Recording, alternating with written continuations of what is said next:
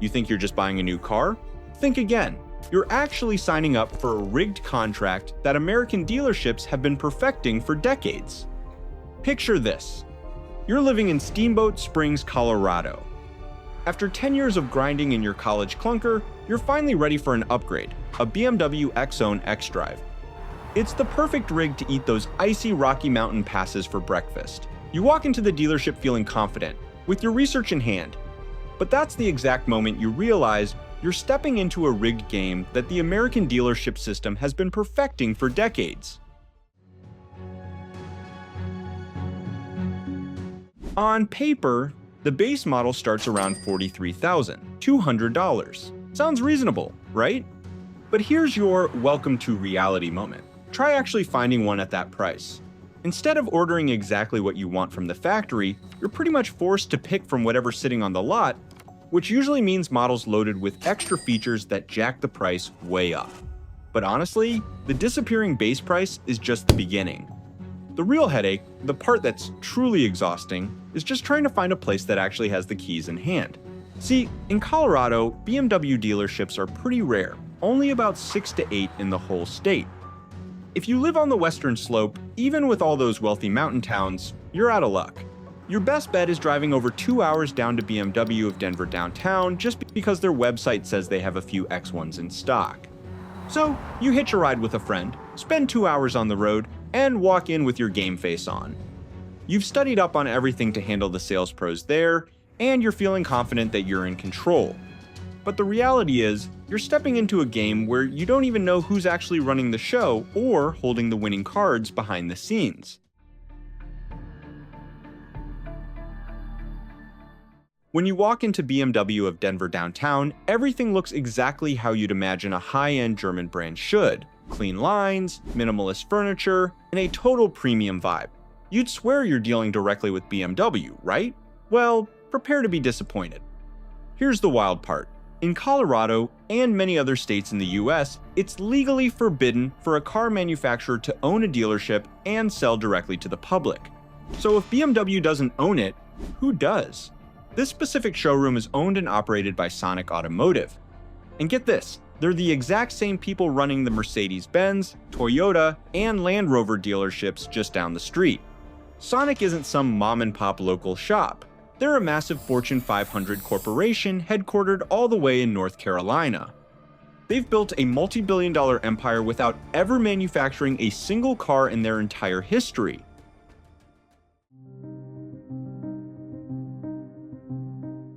Now, if you really want to talk about a double standard, look at how the rest of the globe handles this. This whole forced dealership setup, it's almost exclusively an American headache.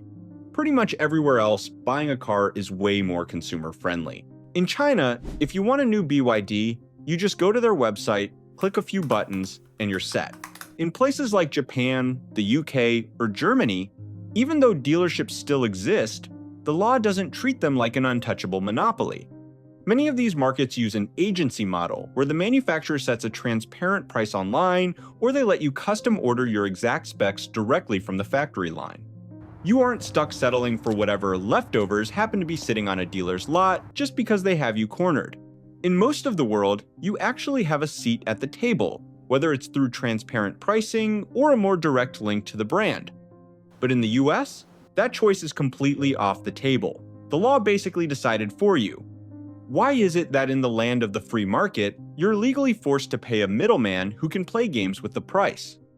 It's time to pull back the curtain and see what's really going on.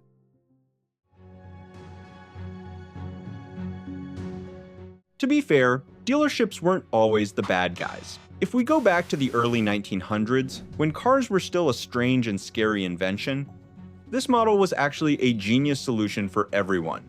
Put yourself in the shoes of Ford Motor Company back then.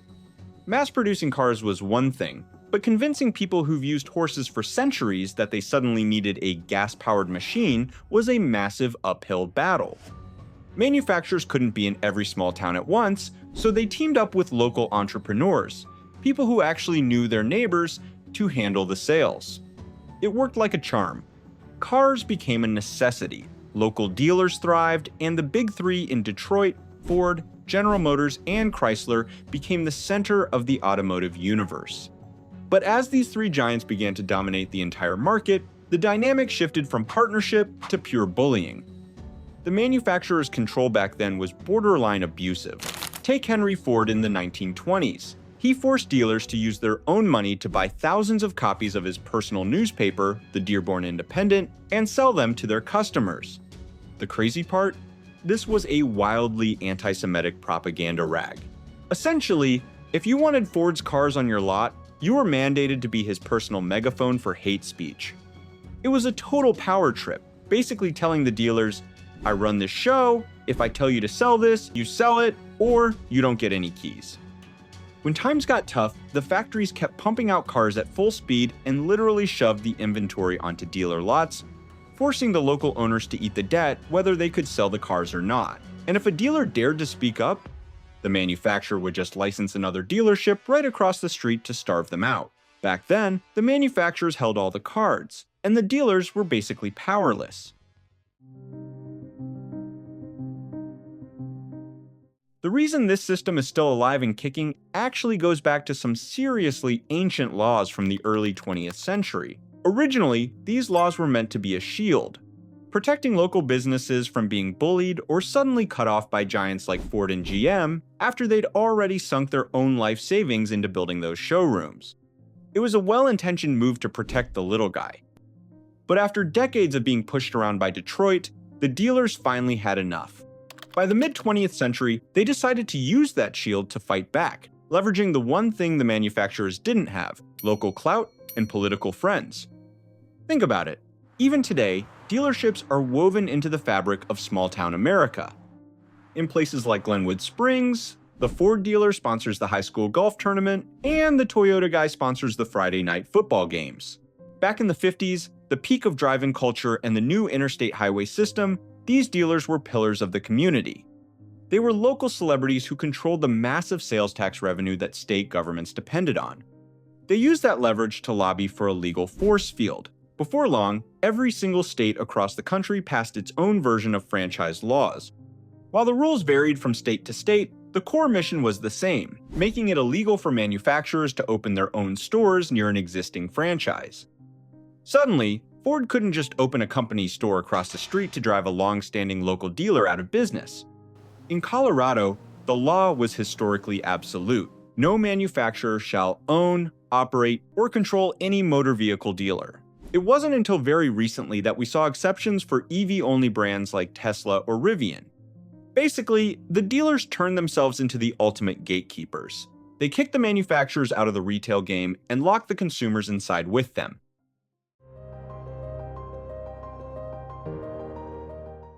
Back to our buyer in Colorado.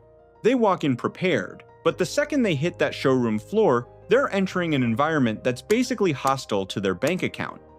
In a country where you basically need a car just to exist, this system puts every single buyer at a massive disadvantage, and most of us don't even realize the deck is stacked against us from the jump. First off, there's the information gap. Cars are complicated, and dealers love to keep you in the dark. While the manufacturer just wants to move units, the dealer is in the resale business.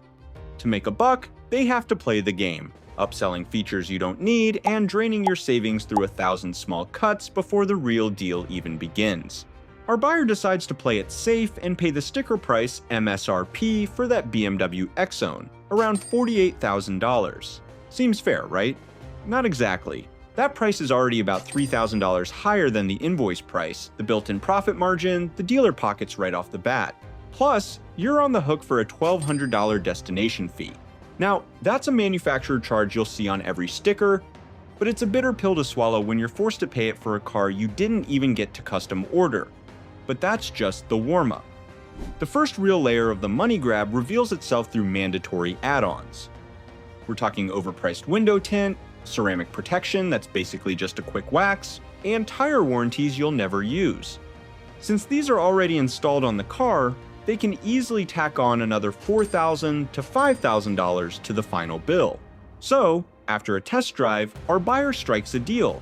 I'll pay MSRP, but you gotta waive that $500 dock fee. They walk away feeling like a master negotiator. In reality, though, the house just swept the board on round 1.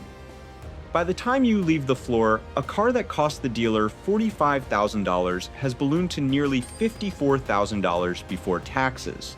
That's a total 20% hidden tax just on the physical car. But honestly, the dealer is happy to let you win a few $100 on the price because they know the real mother lode is waiting in the back room, what the pros call the back end.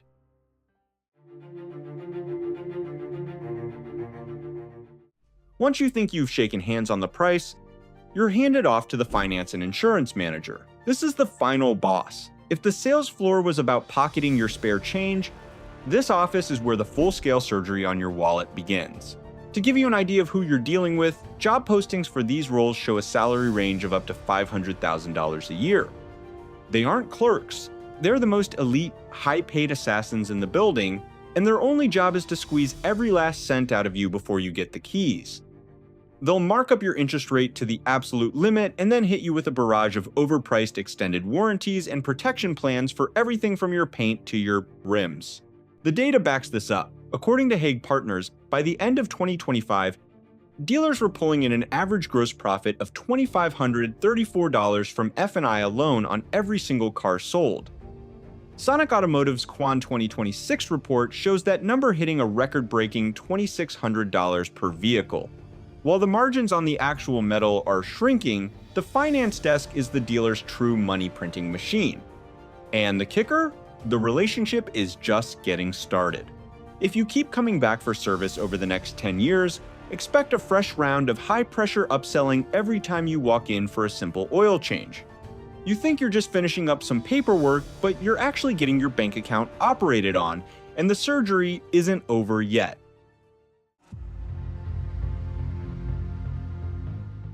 Look, it's not totally fair to call dealerships parasites. They actually bring some value. They get the cars in front of you, handle the test drives, and explain the tech.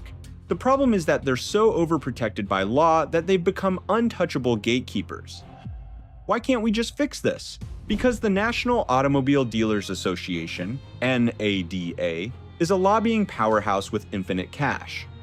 State governments love the tax revenue they bring in, and as for us consumers, we're usually too busy to care until it's time to buy a car again. This leaves the manufacturers to fight the battle themselves. Back in 2021, Ford CEO tried to threaten dealers over crazy markups, but that was a drop in the bucket. The real disruptor? Tesla.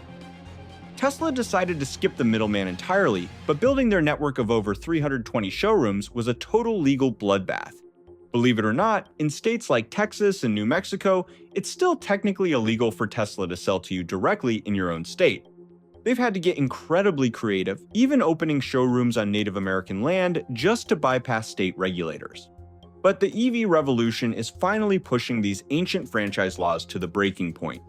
In Colorado, thanks to pressure from Rivian, the law finally changed to allow EV-only brands to sell directly without limits. However, the old-school dealers aren't going down without a fight. Just look at the drama unfolding right now in early 2026. Sonic Automotive and a group of VW Audi dealers have gone to war with Scout Motors. After Scout won a license to sell direct in Colorado in December 2025, the dealers filed a massive lawsuit in January 2026 to shut them down. Their argument? They claim Scout isn't a real EV because of its gas-powered range extender, and that Scout's ties to Volkswagen mean they're unfairly competing with existing dealers.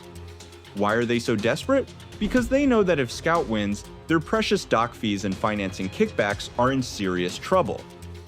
It's a race against the clock since Scout's license expires in October 2026. The dealers are throwing everything at the wall to make sure Tesla and Scout don't burn their gold mine to the ground.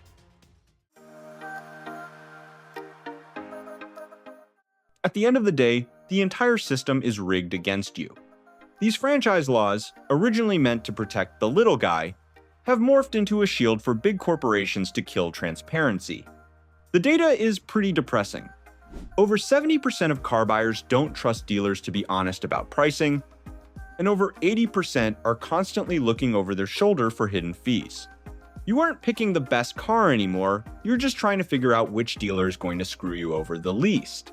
It goes against everything the American free market stands for, which is why the FTC has officially backed the direct-to-consumer model.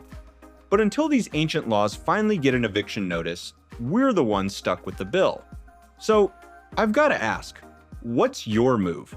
If you had to head to a dealership tomorrow, how would you protect your wallet from getting shredded? Are you jumping on the EV bandwagon to buy direct? Or do you have a secret strategy to outsmart those high-paid finance managers? Drop a comment below and let me know your game plan. I'm dying to hear how you guys beat the system. If you found this breakdown helpful, make sure to hit that like button and subscribe so you don't miss our next deep dive into the world of cars.